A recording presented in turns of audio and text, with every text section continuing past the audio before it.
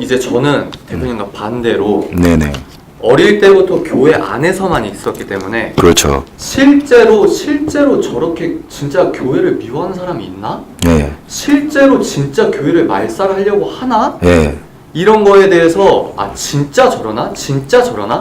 이거에 대해서 소화할 수 있는 시간이 필요했어요. 예. 근데 교회 단밖에 교회 안에서만 있으면 다 주의가 이제 교회 안에만 있는데 네. 이제 진짜 저러나? 진짜 저러나? 이 부분에 대해서 어떻게 생각하세요? 교회 밖에서 교회를 망가뜨리고자 하는 세력이 있나? 예. 있죠. 없을 수가 없어. 자, 보세요. 이건 조금 원론적인 이야기입니다만은 기독교인들이 이거를 제약을 대한민국에서만 두어봅시다. 이거를 글로벌적으로 세계의 역사 속으로 두면 여러분들이 머리 아프니까 간단하게 두겠습니다. 이 나라가 어떻게 만들어진 나라인 줄은 알죠? 이 나라는 성경 위에 쓰여진 나라예요. 내가 믿지 않을 때도 그건 맞아요. 왜? 이승만 대통령이라는 사람이 서방 민주주의를 들여와서 이 나라는 왕의 나라였던 거죠. 왕의 나라를 일본의 천황에게 주권을 뺏긴 겁니다. 그리고 이 나라는 원래 국민이 주권이 없던 나라예요. 전 세계에서 유일하게 자국민을 노예로 둔 귀족, 그 귀족은 중국의 속국의 나라였던 것이 이 조선입니다. 이 조선의 고종에게서 황권, 그것이 곧 주권입니다. 주권을 뺏어온 게 일본 천황이에요.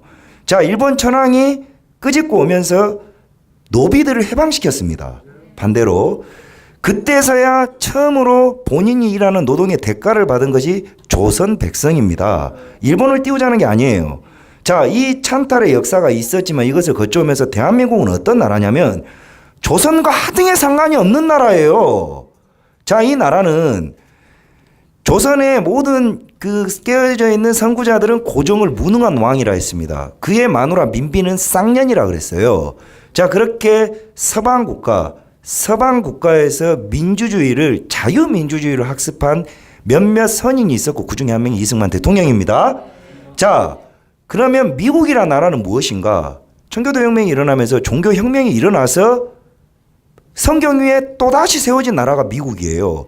그리고 그들에 의해서 발전시켜진 게 미국식 민주주의입니다. 그것을 배워온 사람이 이승만 대통령입니다. 그 돌연변이의 나라인 거죠. 북한은 조선의 적통을 복원한 나라예요. 자, 이 대한민국은 조선과 1도 관계없이 이역만리 주구 반대편의 미국의 방식의 통치 시스템을 재건한 그것의 근간은 이 나라가 왜 미국의 혈맹이냐? 성경이라는 것 때문에 혈맹인 거예요. 지구 반대편의 땅을 뚫고 와서 성경의 기조 위에 서방식 민주주의가 기조가 돼서 완벽히 다르게 국민에게 모두 주권을 주고 태어난 나라가 바로 이 대한민국입니다. 이해하시겠어요? 자, 그러니 이 나라는 태생부터 개신교 기독교인들과 밀접할 수밖에 없고 이 북조선이 있어요. 그 북조선 위에 명나라가 있습니다. 그게 이제 중화인민공화국이라는 공산주의죠. 자, 이 공산주의 이거 복잡해지니까 공산주의 그냥 빨갱이에요. 빨갱이 덤불 속에 자유대한민국이라는 나라가 촛불을 켜고 생존하고 있는 겁니다. 이 촛불이 꺼지지 않는 밑에 그 촌농의 역할이 서방식 민주주의를 지지하고 이해하고 있는 이승만 대통령의 철학을 이해하고 있는 자들이 바로 개신교인들입니다. 자, 그 개신교인들이 이 나라를 지키고 있는 거예요. 자, 그러면 이 나라를 잠식하고자 하는 사람들의 입장에서는 아무리 프로파간다를 하고 아무리 감성 정치를 하더라도 본질과 진리를 아는 기독교인들이 존재하는 이상 이 나라가 안 무너지는 겁니다. 자, 그러면 간략하게 이 나라를 없애야 한다라는 공산주의자들과 제가 말하는 빨갱이들에게 있어서 가장 큰 적은 무엇이다? 대한민국의 교회와 기독교인들인 거예요. 그러니 백날 여기저기서 떠들어봐야 교회가 무너지고 기독교인이 이거는 믿지 않는 자들도 이해하는 거예요. 근데 믿는 자들이 이걸 이해하지 못한다라는 게 개탄스럽다는 겁니다. 자, 이 나라는 교회와 개신교인들만 없어지면 빨갱이 천지 되는 거예요. 통일이 아닌 없어지는 겁니다. 이 숨을 힘겹게 버티고 있는 게 여기 있는 자들인데 저는 지금의 이런 노력을 조선시대에도 조선 말, 구한 말에도 이런 사람들이 있었어요. 땅굴을 파고 촛불 등불 켜면서 기도하던 자들이 있었습니다. 그 자들의 후예가 이승만 대통령이에요. 자, 역사가 흘러서 100년 가까이 오니 또 온 겁니다. 여기가 호텔이지만 여기가 골방이고 여기가 동굴인 겁니다. 골방에서 기도하라. 똑같은 거예요. 자, 우리가 무너지면 이 나라는 끝나는 거죠. 자, 빨갱이들과 당연히 이런 사명인데 이 나라를 없애야 하는데 여러분이 얼마나 밉겠어요? 당연하죠? 뺏고자 하는, 여기까지 이해 갑니까? 그러니 교회를 무너뜨려야 하는데 웬만해서 못 무너뜨리는 거야. 그럼 어떻게 무너뜨려야 돼? 교회의 방식으로 무너뜨려야 돼. 그게 뭐야? 모두 용서하래. 모두 사랑해버리래. 모두 이해하래. 자, 제가 주구장창 하는 이야기가 있어요. 목사님은 빨갱이 못 됩니다. 믿는 자는 빨갱이 될 수 없어요. 그렇지만 그 진리를 믿어야 합니다. 근데 빨갱이가 목사 되기 얼마나 쉬워? 신학대 가서 안수 받은 목사 돼요. 그러면 그건 빨갱이입니까? 목사입니까? 그 빨갱이가 들어와서 여러분들에게 무장을 해제시키는 거야. 그러니 여러분들은 원래 선함을 추구하는 자들이니 그 말이 진리인 줄 오해하고 모두를 용서했습니다.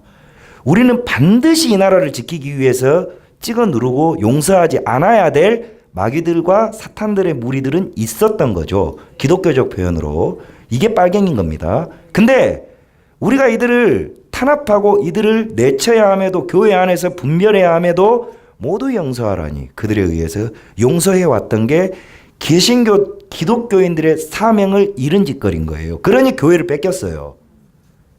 우리의 기도 자리를 뺏긴 겁니다.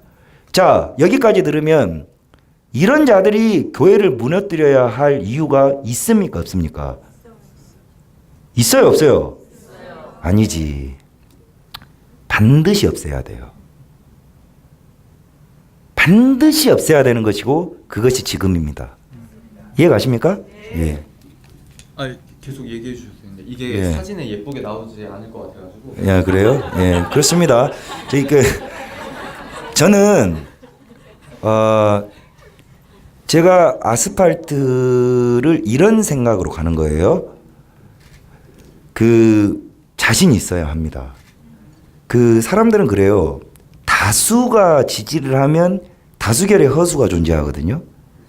다수결만큼 민주주의 시스템에서 그 매우 비민주적이며 매우 비성경적이며 매우 시스템적으로 허수가 존재하는 것이 그게 바로 다수결이고 만장일치예요.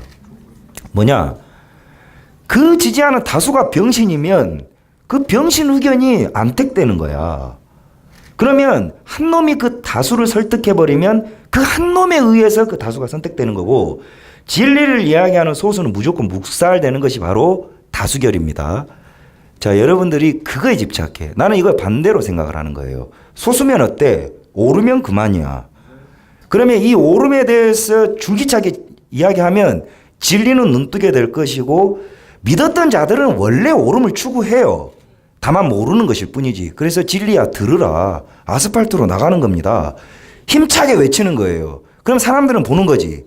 다수가 옳다라고 생각했던 그 자들이 보니 저 용감한 청년이 이야기하는 것이 옳래. 그리고 와요.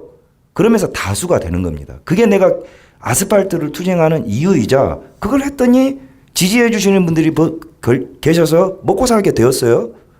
그래서 더 열심히 하는 겁니다. 근데 책 읽는 사자가 저와는 다른 의미로 교회의 아스팔트를 투쟁한다라고 저는 봐요. 네.